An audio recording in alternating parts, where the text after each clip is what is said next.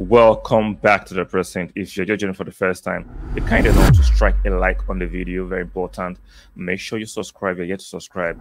And lastly, make sure you turn on those notification bells, very important. Yes, we'll play Fulham tomorrow at the Craven Cottage, where we have a fantastic track record. So it should be a good bounce back game for Arsenal. Yes, some of you have your doubts because of how we performed and lost against West Ham at the Emirates the last time we played. I get it. You're allowed to be disappointed, but let's not value react.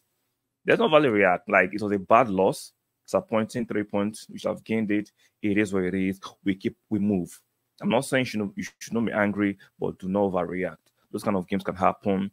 If you look at all the games we've lost this season, all of them have been a bit controversial, right? Against Newcastle, with the VAR fast, against West Ham's first goal, we got another VAR fast, against Aston Villa, Kai's goal ruled out on that VAR fast. Or is just one controversial decision against us. I'm not saying that's the league or the refereeing board are overtly conspiring against Arsenal. It's just poor officiating and refereeing across the board, because the data and the reality and the empirical evidence for us to see that this is not the PGM conspiring directly against Arsenal. They are just poor across board. So we move to Fulham. I expect to get a bounce back game. Yes, a few of our players had a very average to bang average performance against West Ham. It's time for him to bounce back. The likes of Martinelli, even though a lot of us, including myself, was calling for him to be dropped. I suspect Mikel Arteta will give him one more goal. Saka needs to step up. Jesus had a so-so game against West Ham, needs to step up. Odegaard, can you just step up in the first half? Stop stepping up when we are trailing. Because there's a pattern as a habit with Odegaard. He doesn't shoot until we are trailing. No, why can't you shoot and try and be more creative when the scoreline is still 0-0? So I don't like that. He needs to fix up. So I expect the boys and Mikel Arteta to fix up against Fulham. I'll be surprised if we go back to back with that kind of performance we had against West Ham and do the same thing against Fulham at the Craven Cottage. Now, we know Fulham have a decent team. They have the likes of Iwobi, who used to play for us before. They have Paulinho in the midfield, Pereira in the midfield. They have a decent team. They have the striker who's played for Wolves, Jim Mears, even though he hasn't been lethal in the last few games, but we know he's beginning to look like what he used to do at Wolves. So they'll give us a fight. Fulham will put up a decent fight. If you look at the form table real quick, they've lost 3 of their last 5. They've won just 2 of their last 5. Look at Arsenal, we've won 2 of our last 5. We've lost 2 and drawn 1. Not the best of form. Look at table position. Arsenal are second on table after 19 games, 12 wins, 4 draws and 3 losses. Not as horrible as if the Arsenal fans will make you feel like. I'm not saying I'm lowering my standard. I'm looking at the context of the season. It's a very, very tough season. So let's not miss word. Let's not try to gaslight. Right? Some of us have some brain. We can think for ourselves, regardless of the narrative being pushed by the independent media and the mainstream. We can think. Like, there's context to this season.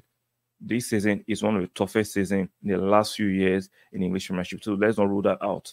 So Fulham at 13th. They've played 19, 6 wins, 3 draws and 10 losses. So not the best in terms of league position for Fulham, but they'll try and redeem themselves after losing their last 3. Hopefully, we do not give them that redemption. We go to the Craven Cottage and get the desired result. We need to win. We need to win this match. Like, if we want to continue to remain relevant in competing for this league and potentially winning it, we need to win. Like I said, I expect like some Martinelli to still retain their share, not because Mikel Arteta is being mediocre, because you look at what we have on table. I'm sure some of you are calling for Reece Nelson to come into the team. I was calling for the same thing, but why don't let's give Martinelli a chance to redeem himself. If he doesn't, then we can bring on Reece Nelson. So I expect the same midfield. I expect Kai to be back from suspension. He was suspended against West Ham. I have a feeling if Kai was available for that match, the result might have been different. We do not have the powers to know what could have happened or not, but the probability is there. The probability is that if Kai was available for that match, the result might have been different. So Kai comes back to the midfield with Rice and Odegaard in the midfield. Expect the back four. A lot of you are calling for the exile or the dropping of Zinchenko. I accept, but what do we have on the bench? Who do we have to come in for Zinchenko at the moment? Unfortunately, nobody. Tomias is injured. Timber is injured. So we are not spoiled for choice. It's not that Mikel Arteta doesn't see what we're saying, but Kivio, I'm sorry, is a center half. He cannot play the way we play, how Zinchenko comes in the midfield or defend because of his height. He is quick, but is putting a center half to do what Zinchenko does. I'm sorry, he can't do it. As much as we do not like the fact that Zinchenko can be a defensive liability, but we are not spoiled for choice at the moment. So we have to just go with what we have in Zinchenko. I expect Raya to maintain his number one berth at the goalkeeping position. So I don't expect too many changes in the team. Yes, last performance wasn't great. I expect a bounce back performance for Fulham. They'll give us a decent game, but I think we are still superior in terms of quality on and off the bench. I think we are superior to Fulham in terms of quality. So it should be an interesting game. If you ask my prediction, I'll go for a 2-0 win. I think we can go to the Craven Cottage and get a win, regardless of how they will huff and puff.